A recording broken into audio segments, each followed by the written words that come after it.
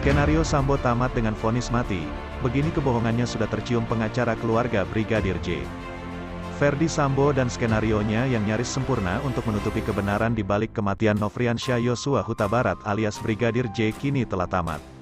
Mantan Kepala Divisi Profesi dan Pengamanan, Kadif Propam, Polri itu akhirnya divonis hukuman mati pada Senin, tanggal 13 Januari tahun 2023 kemarin. Sementara itu, istri Ferdy Sambo, Putri Chandrawati, divonis hukuman 20 tahun penjara. Seperti diketahui, awalnya kasus ini disebut sebagai kasus polisi tembak polisi. Ferdy Sambo telah menyusun skenario yang menyebutkan bahwa Yosua meninggal usai saling tembak dengan Richard Eliezer di Duren 3, Jumat, tanggal 8 Juli tahun 2022. Bahkan, skenario dugaan pelecehan seksual Brigadir J terhadap istri Ferdy Sambo, Putri Chandrawati, juga dimunculkan sebagai pemicunya. Cerita berubah ketika Baradae mengaku tak ada baku tembak. Kasus tersebut pun menjadi penembakan hingga pembunuhan berencana. Perjalanan panjang keluarga Brigadir J untuk mencari keadilan pun membuahkan hasil yang diharapkan.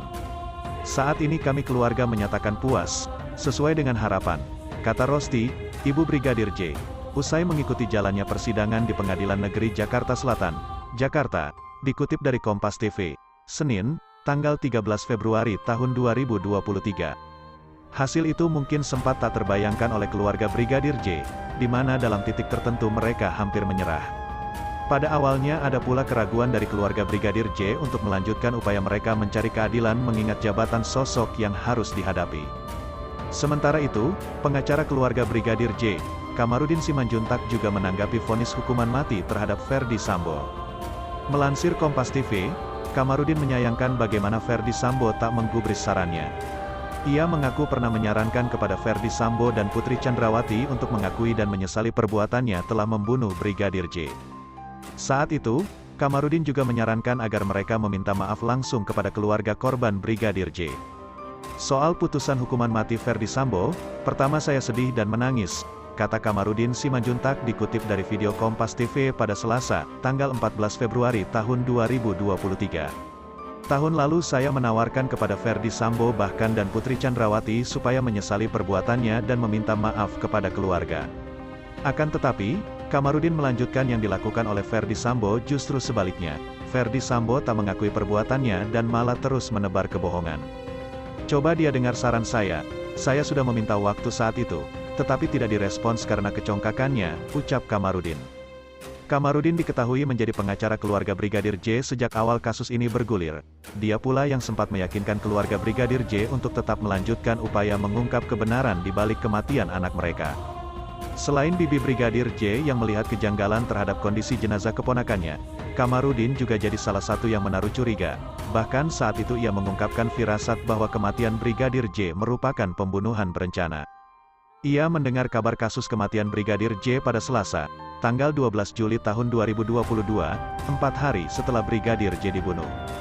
Saya biasa bekerja sampai dini hari, ketika saya agak lelah bekerja, saya membuka internet, terlintas ada berita tentang dugaan pembunuhan, yaitu beritanya tembak-menembak, kata Kamarudin dalam sidang di Pengadilan Negeri Jakarta Selatan, Senin tanggal 25 Oktober tahun 2022.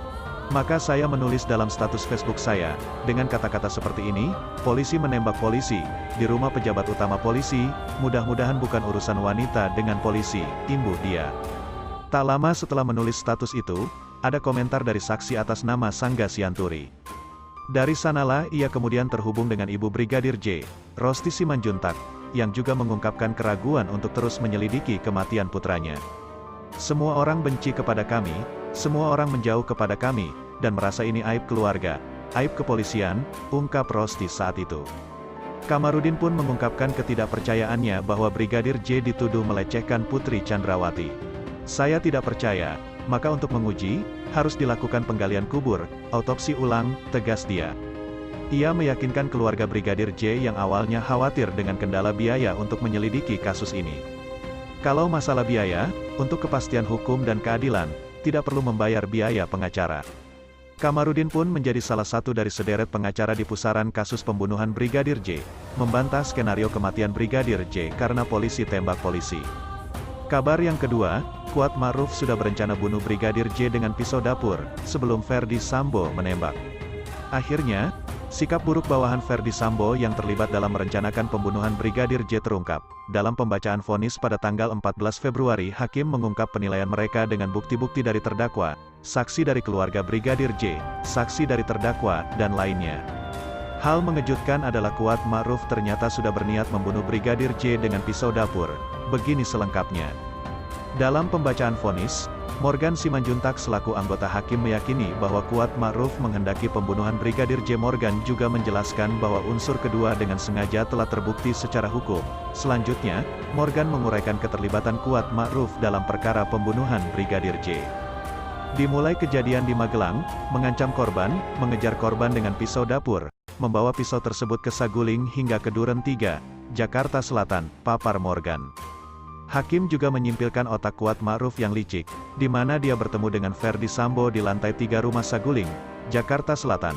Dalam pertemuan itu, Kuat Ma'ruf dengan licik memperkuat cerita dari Putri Chandrawati mengenai perbuatan Brigadir J di Magelang.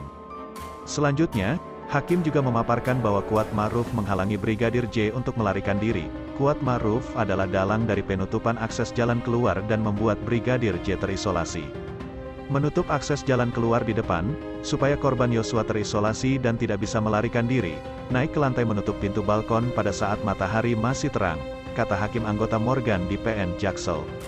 Sampai di Duren 3 tanpa dikomando saat mendapat informasi dari Kodir bahwa rumah Duren 3 sudah bersih, menutup rumah bagian depan supaya suara kegaduhan atau tembakan tidak terlaku terdengar, padahal tugas menutup pintu adalah tugasnya saksi Kodir, ucap hakim anggota Morgan. Kabar yang ketiga, sikapi kasus Ferdy Sambo, PBHI tetap tolak hukuman mati. Perhimpunan Bantuan Hukum dan HAM Indonesia, PBHI, menyatakan tetap konsisten menolak hukuman mati meskipun terkait kasus Ferdy Sambo. PBHI beralasan pidana mati merenggut hak atas hidup manusia. Sikap PBHI ini tanpa mengurangi bagaimana majelis hakim merumuskan pasal-pasal itu secara mendetail. Itu kami mengapresiasi dan keluarga mengapresiasi atas pemenuhan keadilan keluarga, kata Julius Ibrani, Ketua PBHI Nasional pada obrolan malam Fristian bertema Vonis Mati Sambo Hanya Prank di BTV pada Selasa, tanggal 14 Februari tahun 2023. Mengutip Kemenkumham, Pasal 101 KUHP disebutkan hakim dapat menjatuhkan pidana mati dengan masa percobaan selama 10 tahun jika A. Terdakwa menunjukkan rasa menyesal dan ada harapan untuk diperbaiki. B. Peran terdakwa dalam tindak pidana tidak terlalu penting. C. Ada alasan yang meringankan. Julius mengakui dalam Pasal 100 KUHP di ayat 1 tidak ada kata dapat. Namun pada ayat 4 masih ada kata, dapat. Hal itu kata, dapat, itu membuka peluang apakah bisa dikonversi dan tidak imperatif, serta ada biro.